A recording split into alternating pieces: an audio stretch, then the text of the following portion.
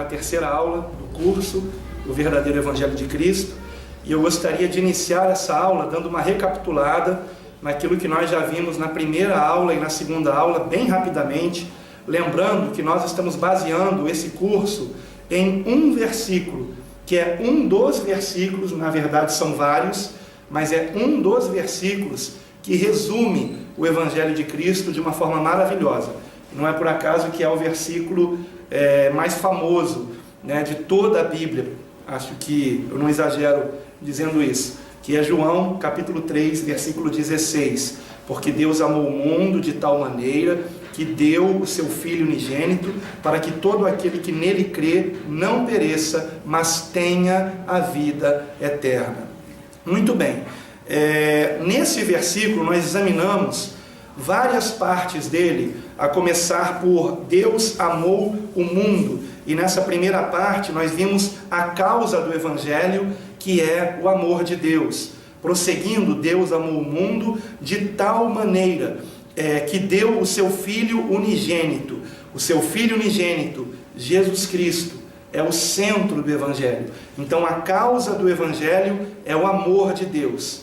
O Evangelho não, a causa do Evangelho não somos nós, não são nossos méritos, mas a causa do Evangelho é o amor do próprio Deus.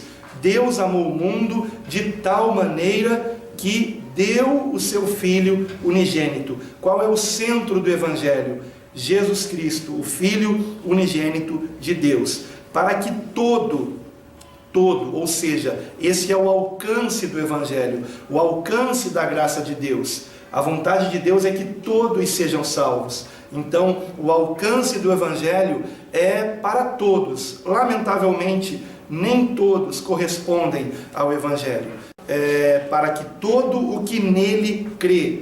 Essa é a condição para que sejamos alcançados pelo Evangelho, a fé em Cristo Jesus. Para que todo o que nele crê não pereça. E aliás, esse não pereça foi o primeiro ponto na aula, número 1, na primeira aula, que é a necessidade do Evangelho. Nós temos a necessidade do Evangelho porque sem Cristo, sem o Evangelho de Cristo, todos nós perecemos. Se não fosse Cristo Jesus ter pago o preço da nossa salvação na cruz do Calvário, nós estaríamos perdidos. Então essa é a necessidade do Evangelho, a nossa salvação, para que não pereçamos. E hoje nós vamos examinar o final do versículo. Mas tenha a vida eterna. Amém? Esse mais tenha a vida eterna nos levará, na aula de hoje, a duas ponderações. A primeira delas, a finalidade do Evangelho e, em segundo lugar, o resultado do Evangelho. Então vamos para a finalidade do Evangelho. O próprio versículo termina dizendo que é para que tenhamos a vida eterna. É muito importante nós compreendermos que o Evangelho tem por finalidade que nós tenhamos vida, e vida com Deus. Deus é o eterno. Se nós temos vida nele, se nós temos vida com Deus, nós temos a vida eterna, porque estamos no eterno. É muito importante compreendermos isso, porque hoje existem outras promessas sendo feitas. E por isso eu menciono aqui no estudo de hoje o versículo da primeira epístola de João, capítulo 2, versículo 25 e 26. São dois versículos seguidos muito importantes, porque eles desmascaram algo que está acontecendo hoje de uma forma bastante comum, corriqueira, que são falsas promessas em relação ao Evangelho de Cristo. Vejam com atenção, primeira epístola de João, capítulo 2, versículo 25 e 26, que diz: e esta é a promessa que Ele mesmo nos fez, a vida eterna. Ponto. Isto que vos acabo de escrever é acerca dos que vos procuram enganar. Isto que vos acabo de escrever. O que ele acabou de escrever? Que esta é a promessa que Ele nos fez, a vida eterna. E isto que ele escreveu, que essa é a promessa que ele nos fez, a vida eterna, ele escreveu enfatizando para que não sejamos enganados por outras promessas. Aceite a Cristo e você não terá mais aflições, você não terá mais problemas. Aceite a Cristo e tudo na sua vida vai dar certo. Não podemos ter expectativas erradas em relação ao Evangelho. E sabermos que seremos perseguidos por amor a Jesus é algo que nós não podemos esquecer. Só que lamentavelmente hoje se apresenta um Evangelho sem perseguição. Se apresenta hoje um Evangelho sem necessidade de arrependimento de pecados. Se apresenta hoje um Evangelho que não se alerta sobre inferno. Se apresenta hoje um Evangelho que não nos acusa de pecado. Existem igrejas onde os seus líderes ensinam os pastores a não falar de pecado, para que o número de membros da igreja não diminua. Esse é o momento que nós vivemos hoje. Nós vivemos hoje um momento alarmante na igreja, onde o verdadeiro Evangelho de Cristo tem sido trocado por outros evangelhos. E são outros evangelhos porque também se apresentam outro Cristo, que não é o verdadeiro Cristo, que não é o verdadeiro Jesus. Nós temos, por exemplo, o Jesus motivador, que é aquele Jesus que vai te ensinar como ser bem-sucedido em tudo na sua vida. Então, aqueles que pregam esse tipo de Jesus, que não é o Jesus por completo, aqueles que pregam esse Jesus motivador, eles vão usar o nome de Jesus e vão pegar trechos da Bíblia de motivação, né? E vão trazer esse Jesus que é quase que um treinador de time, né? Para fazer você vencer em tudo, para fazer com que você tenha só vitória, que aliás, a gente ouve muito isso, só vitória hoje em dia, né? Tem também o Jesus talismã, que é o Jesus do copo com água, da água, né? A água ungida, a água orada. Venha no culto que o pastor vai orar a água, né? Em nome de Jesus. Se você beber dessa água, vai acontecer isso e aquilo na sua vida, enfim. Então é o Jesus talismã do copo com água, da rosa ungida, do sabonete ungido, e por aí vai. A criatividade é enorme, né? Do sal, lembrou muito bem, do sal grosso, que aliás é incrível, né? Uma coisa que até onde eu sei se usa muito. Sal grosso, né? Se usa muito no candomblé, na Umbanda, que eu saiba, e hoje estão usando isso na igreja em nome de Jesus. Então Jesus nunca ensinou isso, os apóstolos nunca ensinaram isso. O Jesus talismã, que é também o Jesus da determinação. Se você disser alguma coisa em nome de Jesus, isso vai acontecer, não é? Então é esse Jesus talismã que tem sido muito pregado. O Jesus show, né? Que é o Jesus dos holofotes, que é o Jesus das roupas de marca, que é o Jesus dos grandes eventos. Então existe essa ideia de um Jesus assim. Jesus que não criou ninguém para ser pobre, né? O Jesus que não quer que ninguém seja pobre, que só seja rico, né? Então a gente tem hoje vários tipos de Jesus sendo apresentados nas igrejas. Infelizmente, nós vivemos um tempo que eu classifico como o profetizado tempo da apostasia, que precederia o iminente retorno de Cristo no final dessa era. Nós estamos vivendo esse tempo, eu não tenho mais dúvida disso. Nós temos também o Jesus amoral. O que é o Jesus amoral? Não é o Jesus imoral, não entendam errado o que eu estou dizendo. O Jesus amoral é o Jesus que não prega nenhum tipo de moralidade. Então, quando alguém diz que nós temos que nos vestir decentemente, e o irmão está pregando moralidade, tem nada a ver isso.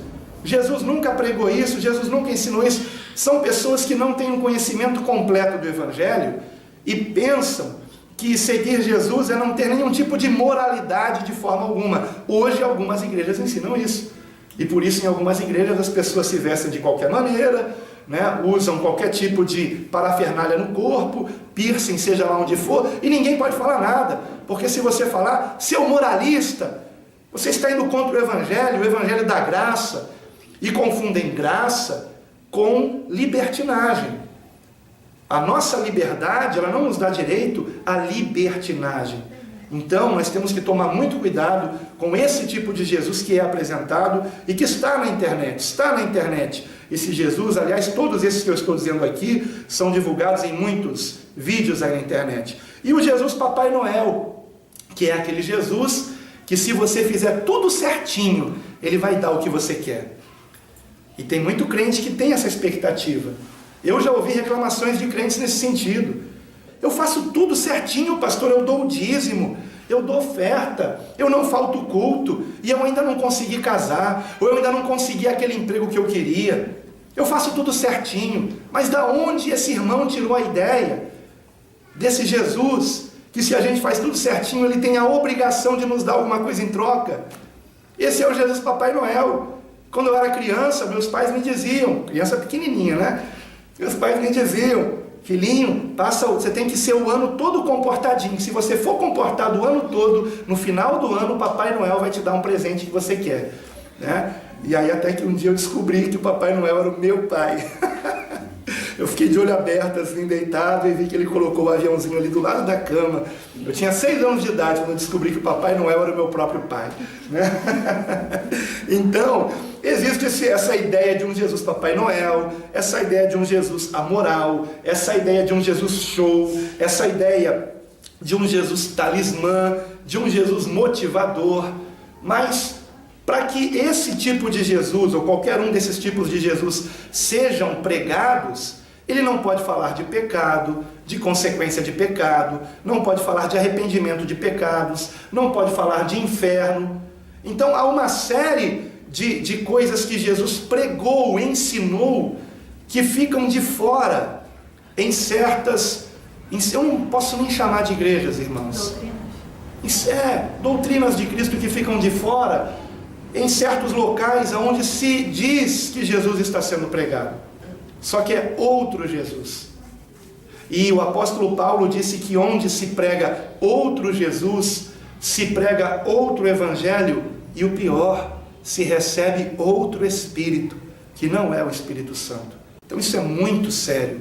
Nós não podemos pregar outro evangelho, porque senão estamos anunciando outro Jesus e recebendo outro Espírito, que não é o Espírito Santo. Isso é muito grave.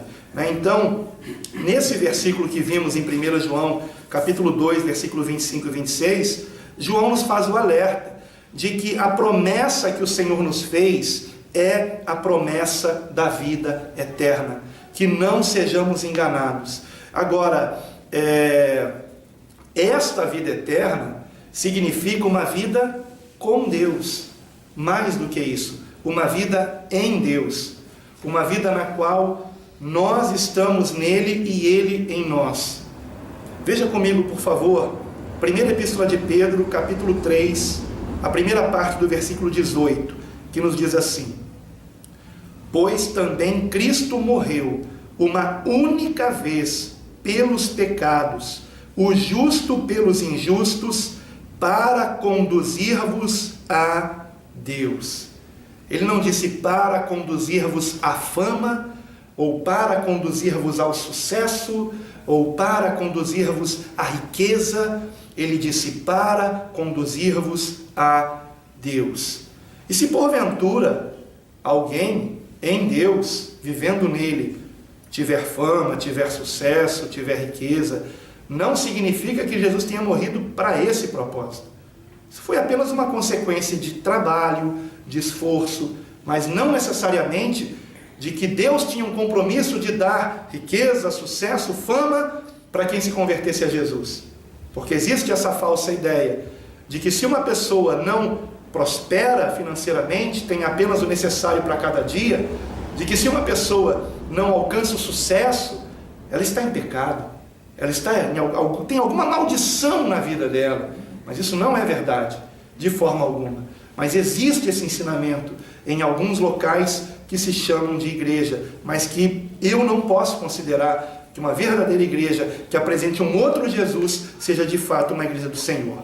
Então, nós vemos aqui que o Senhor morreu na cruz para nos conduzir a Deus. Essa é a finalidade do Evangelho, o próprio Deus. Outro versículo, João capítulo 5, versículo 24. Em verdade vos digo, quem ouve a minha palavra, é o próprio Senhor Jesus dizendo, em verdade vos digo, quem ouve a minha palavra e crê naquele que me enviou, tem a vida eterna, não entra em juízo, mas passou da morte para a vida.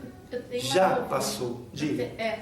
Essa questão da vida eterna. Né? A gente pode dizer que a vida eterna começa nesse exato momento em nossa vida, quando a gente recebe a Cristo, ou após a morte começa a vida eterna para quem é santo. Entendeu? Não, começamos... Já vivemos a vida eterna. Já vivemos a vida eterna. Então, certo falar que já vivemos a vida eterna. Sim, sem dúvida. Não é algo que a gente vai receber, nós trabalhamos para receber após a morte. Nós já nos encontramos em vida eterna. Exatamente. Nós não conhecemos a morte. A nossa carne, né, que se corrompe, conhece essa morte física do mundo, mas o nosso espírito já pronto para a vida eterna desde esse momento. Sim. Porque espiritualmente falando, nós temos apenas 2 endereços de morada. Né? Fisicamente, eu moro em determinado bairro, determinada rua, e no decorrer da minha vida eu morei em vários endereços. Mas espiritualmente, a minha alma, o meu espírito, ele se encontra ou no império das trevas, ou no reino de Deus, da luz, de Cristo. Ou eu estou em um endereço espiritual ou em outro endereço espiritual. Então a salvação, ela começa agora, ela não começa só depois da morte. E foi essa a razão de esse versículo estar inserido no nosso estudo de hoje, porque nesse versículo Jesus deixa bem claro isso, que quem ouve a palavra dele e crê em Deus, naquele que o enviou, tem a vida eterna. E para que ninguém tenha dúvida de que esse tem a vida eterna significa que já está usufruindo dessa vida agora, muito embora não em sua plenitude, porque nós ainda habitamos num corpo carnal, espiritualmente falando, ainda estamos num corpo inclinado ao pecado, a nossa natureza humana, carnal, ainda tem essa inclinação, e por isso estamos nessa batalha constante do espírito contra a carne, da carne contra o espírito. Mas Jesus, ele enfatiza que já temos a vida eterna, né, agora, e não entra em juízo, mas já passou da morte para a vida. Nós já passamos da morte para a vida. Porque, meus amados, se realmente nos convertemos, nós não conseguimos deixar o Senhor. Nós podemos até ter alguns momentos de recaída na nossa caminhada, como eu já tive também, mas o Espírito Santo de Deus nos traz de volta. Nós não conseguimos nos afastar, porque nós o amamos. Nós podemos ter até certos momentos de loucura, é uma palavra um pouco forte, né? Mas é cabível, né? Certos momentos de loucura, de afastamento, porque o pecado é uma loucura, e se afastar de Deus é uma grande loucura, e nós até podemos ter momentos assim, mas o Espírito Santo de Deus que habita em nós, nos constrange, nos traz de volta, nos mostra o nosso erro e nós retornamos assim para Cristo. Então, nós já estamos na vida eterna, nós não entramos em juízo, o nosso nome já está no livro da vida, já está. Isso é uma verdadeira conversão. Eu acho que é muito importante quando fala, né, quando você ensina a criança o caminho que ela deve andar, por mais que ela se desvie, ela sempre volta, e é exatamente isso. Quando não você se ensina, desviar. quando você ensina uma criança, a mãe pode se desviar. E amanhã ou depois a criança volta para Deus. Ou seja, aquilo que foi ministrado, aquela semente que foi plantada, ela vai dar frutos. Mesmo Amém. que não seja naquela hora, mas mais à frente você vai verdade. ver que a criança realmente não se desvia. Glória a Deus. Tipo assim, é o meu caso. A minha mãe, quando eu era pequena, eu ia para a igreja com a minha mãe. Me ensinou a palavra. Minha mãe se desviou, eu tinha 10, 11 anos. E depois eu retornei. E a minha mãe está afastada até hoje. Mas aquela semente que foi plantada lá atrás germinou hoje. Glória a hoje Deus. eu sirvo a Deus. Amém. E graças a Deus, e é um ensinamento que ela me deu quando eu era pequena. Ou seja, talvez se ela nunca tivesse me ensinado aquilo dali, hoje eu talvez não saberia. Né? É verdade, glória a Deus. a palavra de Deus, ela nunca vai se perder. Não, ela não volta Quando ela é vazia, né? semeada, ela vai produzir o seu resultado. Ainda que essa colheita ela venha mais à frente, né? Mas ela nunca é esquecida. Louvado seja o Senhor. Outro versículo, esse é um pouquinho maior, Efésios capítulo 2, versículos de 4 a 7. Mas Deus, sendo rico em misericórdia, por causa do grande amor com que nos amou, e estando nós mortos em nossos delitos, nos deu vida juntamente com Cristo. Pela graça sois salvos, e juntamente com Ele nos ressuscitou e nos fez assentar nos lugares celestiais em Cristo Jesus, para mostrar nos séculos vindouros a suprema riqueza da sua graça em bondade para conosco em Cristo Jesus. Portanto, como nós acabamos de ver aqui, nós já estamos assentados nos lugares celestiais em Cristo Jesus. Amém. E é por isso, porque nós estamos em Cristo, salvos nele, cobertos e lavados e redimidos por meio do seu sangue vertido na cruz, é por nós estarmos em Cristo por meio da fé, que os demônios se nos submetem em nome de Jesus. O mérito é todo de Cristo. O poder não está em nós, está em Cristo, está nele. Mas então nós, assim como Cristo está acima de todo principado e potestade, de todo nome que se nomeia na verdade, em cima de demônios, sejam eles quais forem, o Senhor está acima de Satanás e seus demônios, nós também, nele, nós estamos acima de todo e qualquer espírito maligno. Eles se nos submetem, não temos que temer o mal. O maligno é que tem que temer aquele que habita em nós, porque nós estamos nele. E é por isso que o maligno não nos toca. Se verdadeiramente a semente de Deus nasceu em nós, se nós temos Cristo em nosso coração, o maligno não nos toca, não pode nos tocar. Agora nós temos que exercer a nossa fé. Nós temos que, de fato, exercer o direito que temos em Cristo de pisar em serpentes e escorpiões, de ordenar em nome de Jesus que o maligno saia. Teve um pai de santo que, quando tinha consulta e uma entidade vinha sobre uma outra pessoa, né, que ficava ali para ser o cavalo, né, para receber, para poder ele conversar com o demônio, para poder passar a consulta para a pessoa, porque ele mesmo não recebia sobre ele. Um detalhe, né, filho de cristãos. Ele percebia que ficava uma briga de legiões. E quando ficava aquela briga, ele precisava terminar e ficava aquela coisa, né, muito confusa, ele lembrava do pai dele e expulsava em nome de Jesus para ele encerrar. Até que um dia, depois de meses, e foi passando, quando deu ano, e está entrando tempo, saindo tempo, até que uma hora ele falou assim, por que eu tenho que falar em Jesus? Porque um demônio expulsa o outro, né, dentro das legalidades das trevas, que tem uma hierarquia. Mas chega uma determinada hora que pode se tornar uma bagunça, então em determinadas situações da consulta ele usava o nome de Jesus. Para colocar a ordem em pedaço. Ele falava, se eu uso o nome de Cristo e as coisas se organizam, o que eu estou fazendo fora de Jesus? Ele percebeu o quanto não tinha poder entre os demônios, porque ele chamava uma legião para expulsar a outra e vinha outra. E vinha outra. E só o nome de Jesus cessava a bagunça. Então ele falou, eu preciso ver, né, e conhecer mais. E ele começou a ler a palavra, porque ele já tinha um certo conhecimento bíblico, né, mas olhava de outra forma. E quando ele foi ler sobre Jesus, ele falou, nossa, não tem quem se curve diante dele, então eu estou me curvando quem não se curve diante, então eu estou me curvando diante do Deus errado e eu preciso me render a Cristo, pelo exemplo dos pais, né, que já usavam o nome de Jesus. Então o nome de Jesus é tão poderoso, né, que foi os pais eram convertidos. Os pais eram convertidos, e essa é a referência que ele tinha para usar o nome de Cristo. Como a Marcele mencionou. Então, a semente o nome foi de Cristo plantada. basta. Né? Talvez se ele fosse evangelizado, os pais mesmo tentando falar, não surtiu efeito. Mas ele viu o poder do nome de Cristo e se rendeu ao único que tem autoridade sobre todas as coisas. Né? Amém. Não interessava a esses demônios dar uma surra nele, como aconteceu no livro de Atos dos Apóstolos. Nós temos um exemplo no livro de Atos, onde uma pessoa usa indevidamente o nome de Cristo, dizendo: eu te expulso em nome de Jesus, a quem Paulo prega.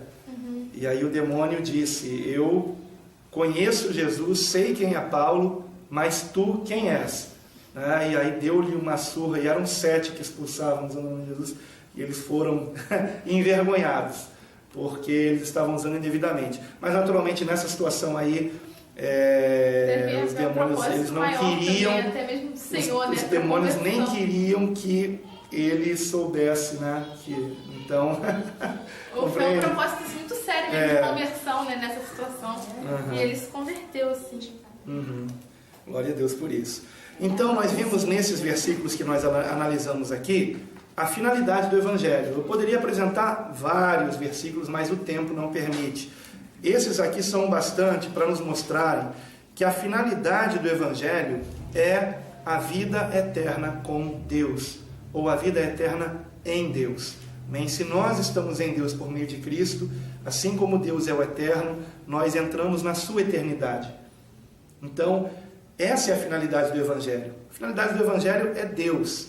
Por isso, John Piper, que é um escritor e pastor americano, ele tem um livro cujo título é Deus é o Evangelho. Esse livro é maravilhoso, Deus é o Evangelho. E nesse livro ele deixa bem claro isso, que o melhor do Evangelho é Deus. Nós não temos que ter nenhuma outra expectativa, porque essa é a mais maravilhosa das expectativas, quando nós nos convertemos a Cristo. Uma comunhão com Deus, uma vida com Deus. E é maravilhoso nós andarmos nele, nós o sentirmos, nós percebermos a sua bendita mão trabalhando no nosso coração, na nossa vida, nos guiando, nos orientando, nos guardando, nos livrando, e em tudo que ele permite acontecer na nossa vida há um propósito. Então é maravilhoso, a vida com Deus é maravilhosa, Então, por isso que é uma loucura trocar isso por qualquer outra coisa. Agora, qual o resultado do Evangelho? O que nós vamos ver agora. A finalidade do Evangelho é a vida eterna com Deus. Agora, quem entra nessa vida eterna com Deus? Qual o resultado do Evangelho na nossa vida? É o que nós vamos ver agora, a partir de agora. E vamos começar com o versículo que se encontra em Mateus, capítulo 12, versículo 28, aonde o Senhor Jesus diz: mas se eu expulso os demônios pelo Espírito de Deus, é conseguintemente chegado a vós o reino de Deus. Então, vamos prestar atenção aqui. O Senhor Jesus está dizendo claramente que com ele, com a vinda dele, o reino de Deus chegou. E a vinda do reino de Deus fez com que os demônios perdessem território. Os demônios são expulsos por meio de Cristo, e aqueles que nele estão têm o poder também de expulsar demônios. Então, um outro versículo que complementa isso está em 1 João, capítulo 3, versículo 8. Aquele que pratica o pecado procede do diabo, porque o diabo vive pecando desde o princípio. Para isto se manifestou o Filho de Deus, para destruir as obras do diabo. Então, qual é o resultado do Evangelho em nós? O resultado do Evangelho em nós é o reino de Deus em nós. E, na verdade, a palavra reino de Deus, a palavra que é traduzida por reino é basileia, que significa reinado ou domínio. Quem domina a nossa vida agora? Não são mais demônios, não é mais a nossa carne. Agora o domínio da nossa vida está no Altíssimo, está em Deus. Nós somos dele, propriedade dele, comprada pelo sangue de Jesus. E não há demônio que nos arranque de Deus, porque somos dele. Então, nós estamos chegando num nível do nosso estudo, do nosso curso, onde nós estamos entrando agora nessa área espiritual.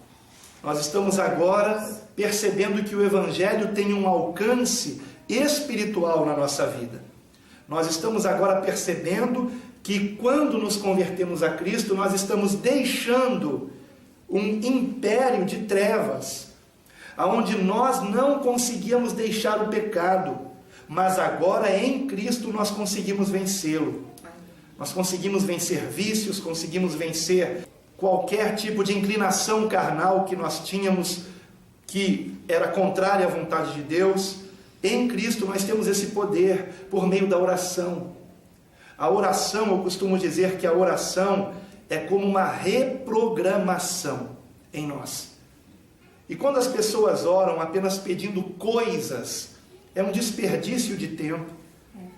Porque o principal da oração é o nosso coração em Deus. O principal da oração é que nós venhamos andar segundo a vontade de Deus. Então nós temos que apresentar em oração a nossa vida e moldar em oração a nossa vida à vontade de Deus. Por isso que é maravilhoso nós orarmos segundo o que nós estamos meditando na palavra. Senhor, eu acabei de ler aqui na tua palavra que eu tenho que perdoar o meu próximo, mas eu não estou conseguindo perdoar o meu próximo.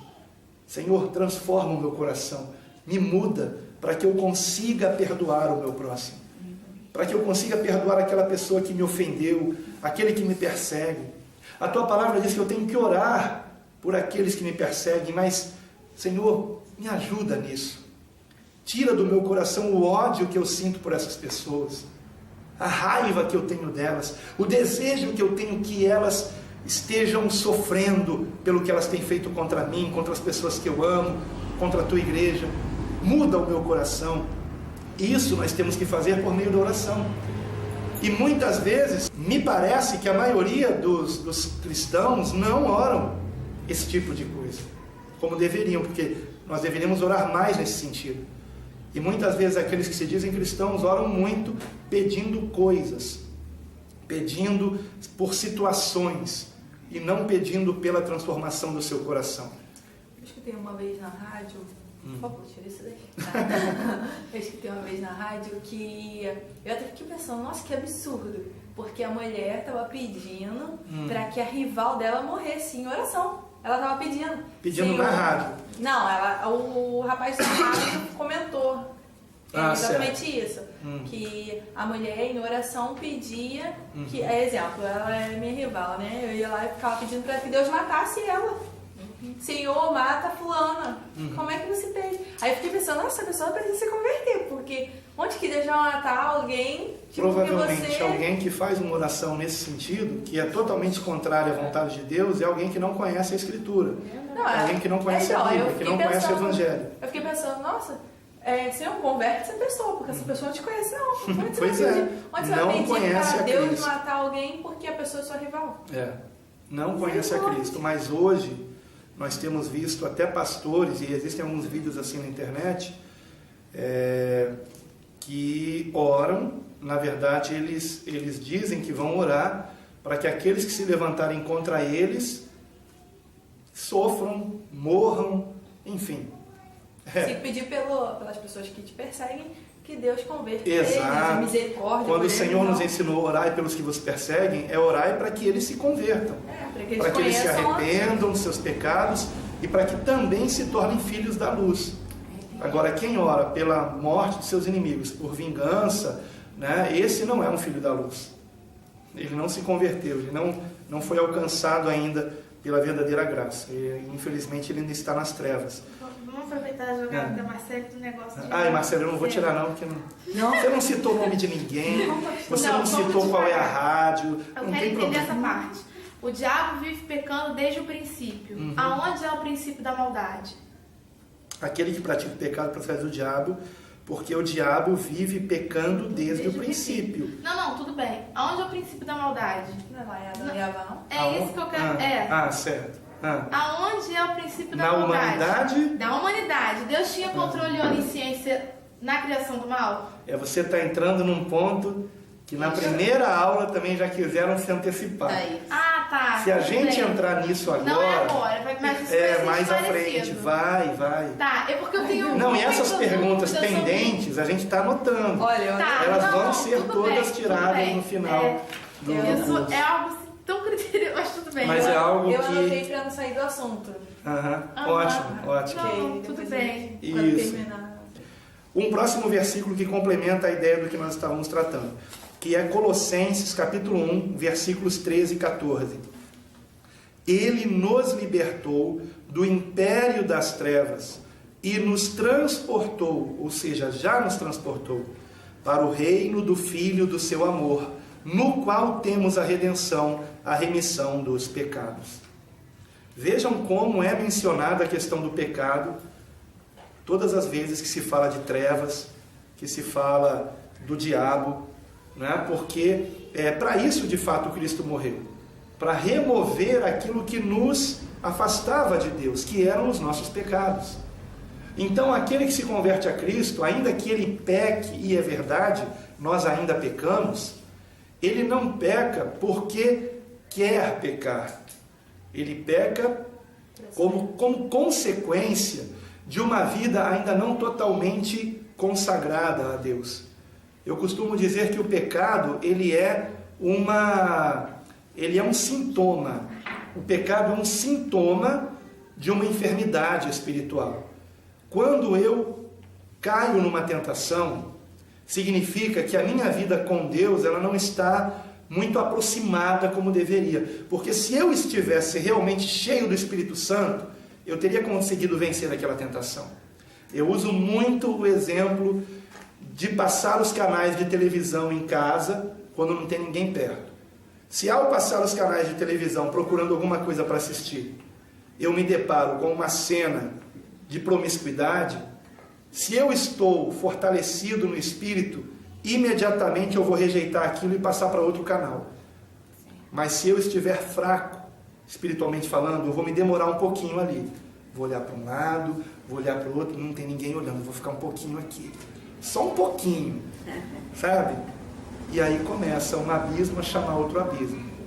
Então, quando nós estamos num pecado, significa que nós precisamos orar mais, precisamos meditar mais na palavra, porque a palavra de Deus nos purifica, a meditação na palavra de Deus, a oração na palavra de Deus nos lava, nos fortalece.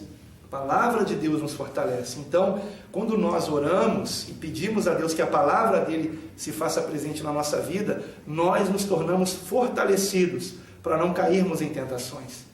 Então, percebam que um verdadeiro convertido, ainda que ele peque, ele não quer permanecer no pecado. E se ele pecar, imediatamente vem uma tristeza profunda, um arrependimento genuíno, um constrangimento.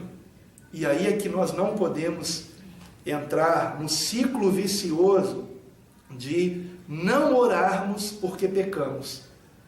Porque às vezes a tristeza do pecado é tão grande que nos sentimos indignos de orar, indignos de ir à igreja, de participar de um culto. E nós não podemos cair nessa artimanha do acusador. Porque depois do tentador vem o acusador, dizendo: você não é digno de orar, você não é digno sequer de abrir a sua Bíblia. Veja que crente é você, você pecou.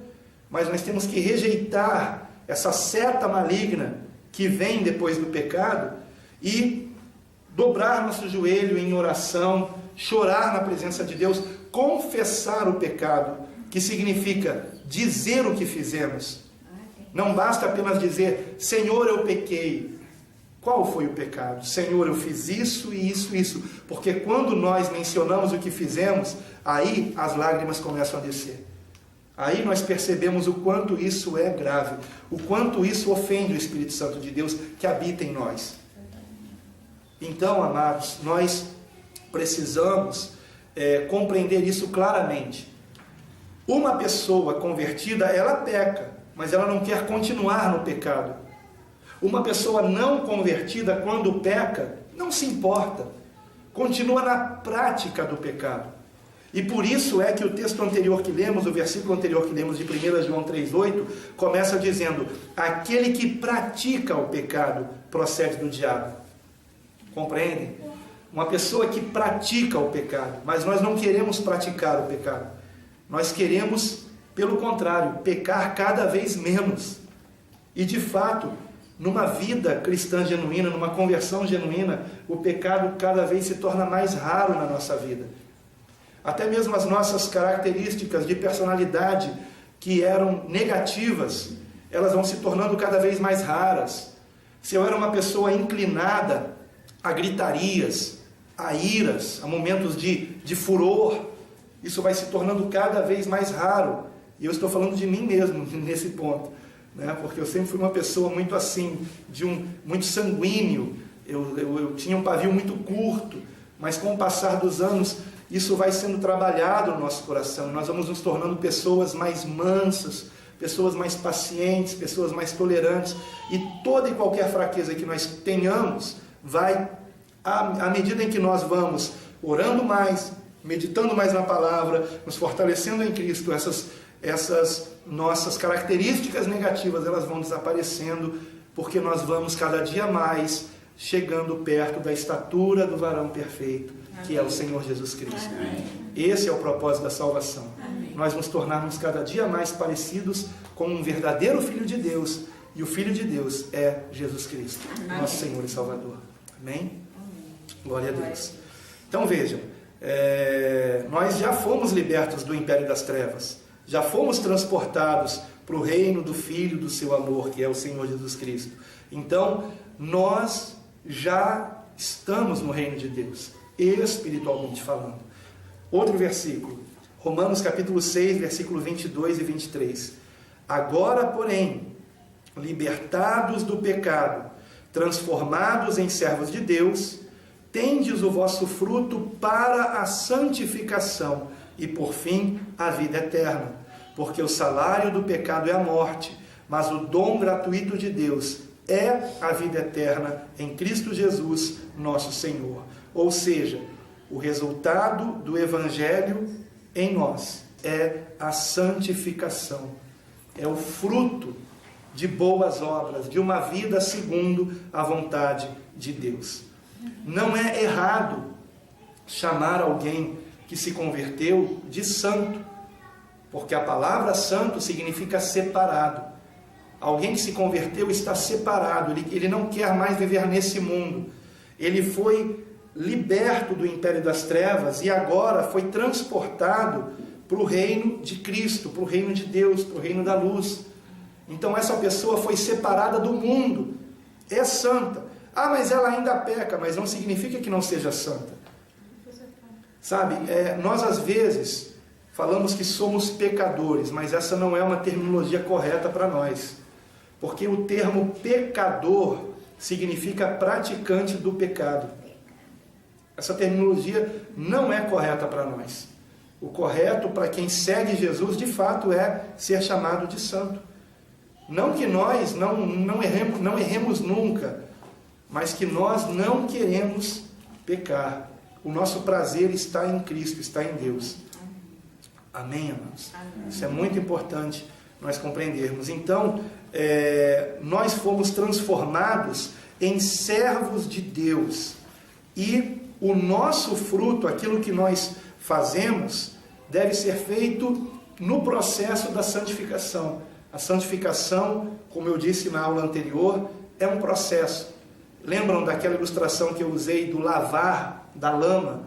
Quando que uma pessoa é salva? Quando ela é retirada do lamaçal, mas ela ainda está coberta de lama. E então vem aquele processo da santificação, onde aquela lama vai saindo, o pecado vai saindo, porque a própria pessoa não quer continuar com aquela lama no seu corpo. Então, a nossa vida é um processo de santificação em Cristo Jesus. É importante nesse versículo que eu acabei de ler, né? Romanos 6, 22 e 23, nós vermos que o salário do pecado é a morte, mas o dom gratuito de Deus, gratuito, é a graça de Deus em Cristo, é a vida eterna. Vida eterna, que o versículo diz, está em Cristo Jesus, nosso Senhor. Amém? Amém. Romanos capítulo 6, versículo 4. Fomos, pois, sepultados com ele na morte pelo batismo, para que, como Cristo foi ressuscitado dentre os mortos, pela glória do Pai, assim também andemos nós em novidade de vida. Então, mais um versículo que nos aponta o resultado do Evangelho em nós, da conversão genuína em cada um de nós. Que nós andemos em novidade de vida. Que nós não andemos mais como antigamente, como antes de conhecer a Cristo. Nós antigamente andávamos nas nossas inclinações naturais da carne. Andávamos segundo as paixões, né, da nossa própria natureza humana. Andávamos segundo o espírito que opera nos filhos da desobediência. Nós éramos influenciados pelo maligno e nem nos dávamos conta disso. Mas agora nós somos libertos do império das trevas, somos transportados para o reino de Cristo. Estamos no reino de Deus, estamos em Deus, e agora nós temos em Cristo Jesus, no nome de Jesus, nós temos a autoridade para que toda obra do diabo que tenha acontecido na nossa vida seja destruída, essa obra do diabo, em nome de Jesus, e sejamos total e completamente libertos por meio de Jesus Cristo. Outro versículo, Romanos capítulo 7, versículo 4. Também vós morrestes relativamente à lei, por meio do corpo de Cristo, para pertencerdes a outro, a saber, aquele que ressuscitou dentre os mortos, a fim de que frutifiquemos para Deus. Prestem atenção nesse, a fim de que? A fim de que frutifiquemos para Deus. Então, quando nós nos convertemos para um propósito. Nós nos convertemos para que haja em nós um resultado dessa conversão. E esse resultado é que venhamos dar fruto para Deus. Nós somos como que uma plantação do Senhor. E aquele que planta é o dono da plantação. E o fruto que sai dessa plantação pertence a Ele também. Então a nossa vida pertence a Deus. Amém. E o fruto que nós damos não é para nós, é para Deus. Amém. Por isso que tudo que nós fazemos tem que ser para a glória de Deus. Amém? Amém? Nenhum comentário, nenhuma dúvida? Vejam agora que versículo forte. Segunda Epístola de Paulo aos Coríntios, capítulo 5, versículo 15. Eu amo esse versículo. E Ele morreu por todos, não é Jesus? Ele morreu por todos, para que os que vivem não vivam mais para si mesmos, mas para aquele que por eles morreu e ressuscitou. Ou seja, em outras palavras, Ele morreu a nossa morte. Nós merecíamos estar naquela cruz. Ele morreu a nossa morte, para que nós vivamos a sua vida. Glória a Deus. Isso é maravilhoso. Glória a Deus. Hein? Glória a Deus. Há uma troca. Jesus na cruz morre a nossa morte, para que nós agora vivamos a sua vida. Uma vida em santidade, em santificação, uma vida cheia de amor ao próximo, sobretudo amor ao Pai, a Deus, uma vida que seja o propósito verdadeiro de Deus para cada ser humano. Isso até junta com o outro versículo, né? A fim de que frutifiquemos para Deus, ou seja, para darmos essa... Com o versículo anterior. Com o versículo anterior. Com o final de Romanos 7,4. A fim de que frutifiquemos para Deus. Para que a nossa vida seja para dar frutos para Ele, uma vez que Ele morreu por nós. Ele morreu por nós para que vivamos para Ele. Para dar frutos para Ele, para fazer a vontade dele. Amém. E não é maravilhoso isso? E o versículo que nós lemos agora no final é: para aquele que por eles morreu e ressuscitou. Nós não podemos esquecer disso. Podemos Quando esquecer. nós vivemos a vida dele, quando nós vivemos para ele, nós não podemos esquecer que nós também nele ressuscitamos. Amém. Nós nele temos a vida eterna. Glória a Deus. Então, grande é a recompensa para a glória de Deus, uma vida eterna com Deus. Em Tito, nós vamos ler agora um texto um pouquinho maior, no capítulo 2, versículos de 11 a 14, nós temos algo muito esclarecedor a respeito dessa vida para Deus, desse fruto que nós temos que dar. Diz assim: porquanto a graça de Deus se manifestou salvadora a todos os homens, educando-nos para que, renegadas a impiedade e as paixões mundanas, vivamos no presente século sensata, justa e piedosamente, aguardando a bendita esperança e a manifestação da glória do nosso grande Deus e Salvador Cristo Jesus, o qual a si mesmo se deu por nós, a fim de remir-nos de toda iniquidade e purificar para si mesmo um povo exclusivamente seu, zeloso de boas obras. Oh, glória. Amém? Zeloso de boas obras. Se realmente nos convertemos, nós daremos bom fruto. Glória a Deus. Nós praticaremos boas obras. Faremos o bem ao próximo. Se não há essa evidência de boas obras na nossa vida, se nós não estamos sendo cada dia mais transformados, se não estamos nos importando com o próximo, fazendo bem ao próximo, é porque não nos convertemos. Não houve arrependimento, não houve justificação de pecados, não está havendo regeneração, porque não houve conversão. Mas uma pessoa verdadeiramente convertida, ela não vai querer mais andar na impiedade, nas paixões mundanas, como acabamos de ver aqui nesse texto que lemos.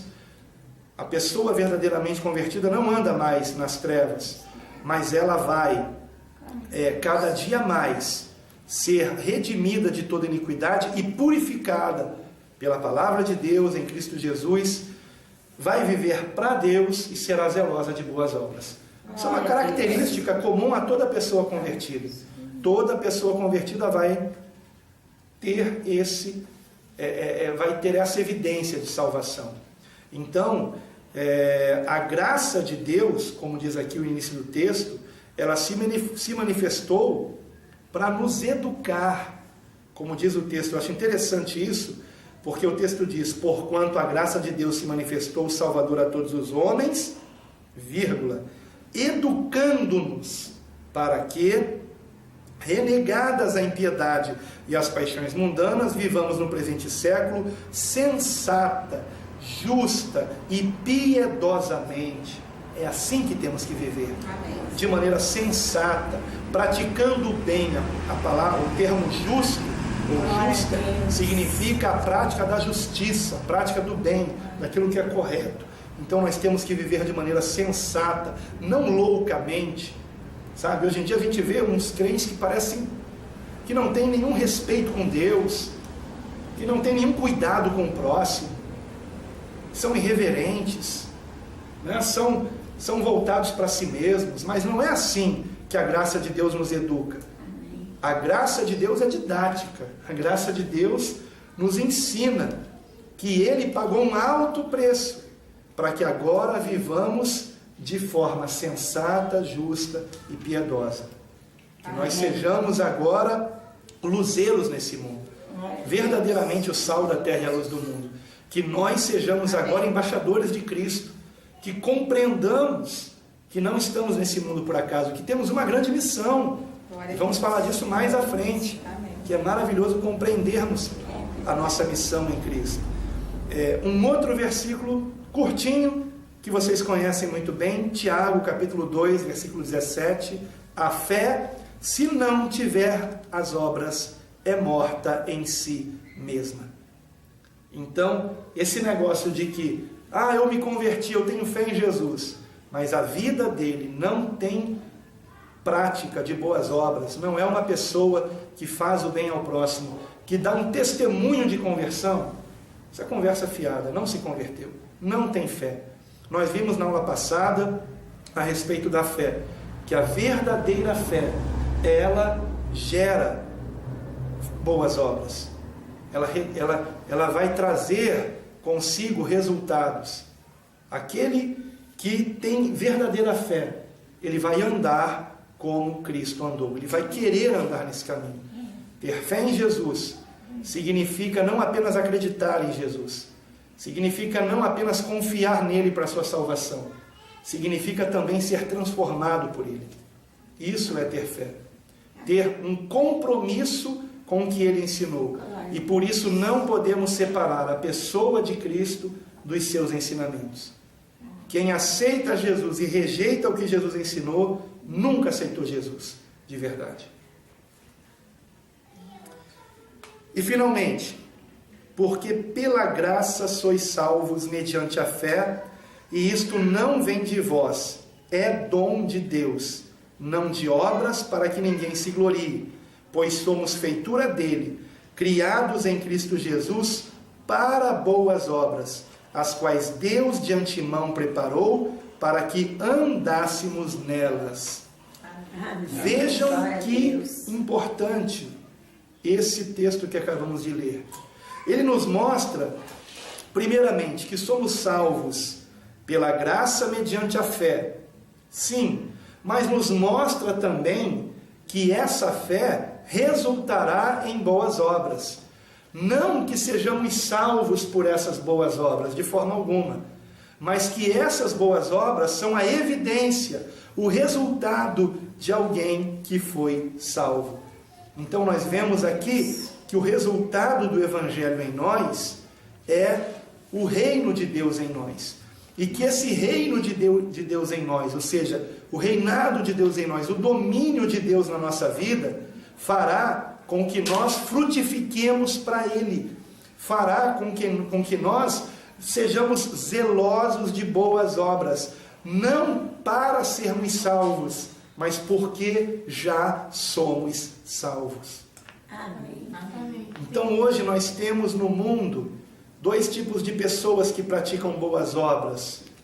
Pessoas que praticam boas obras, querendo com isso comprar a salvação, buscando nisso méritos com Deus, e temos pessoas que praticam boas obras porque já são salvas, e praticam boas obras sem esperar nada em troca, porque sabem que o mérito da sua salvação não está nas boas obras que elas praticam, mas está em Jesus Cristo, que verteu o seu sangue por nós na cruz do Calvário. Amém. Nele está a nossa salvação. E tocados pelo amor de Deus em Cristo Jesus, nós vamos frutificar em amor também. Amém. Vamos amar a Deus sobre todas as coisas e ao próximo como a nós mesmos. Amém. Amém? Glória a Deus. Amém.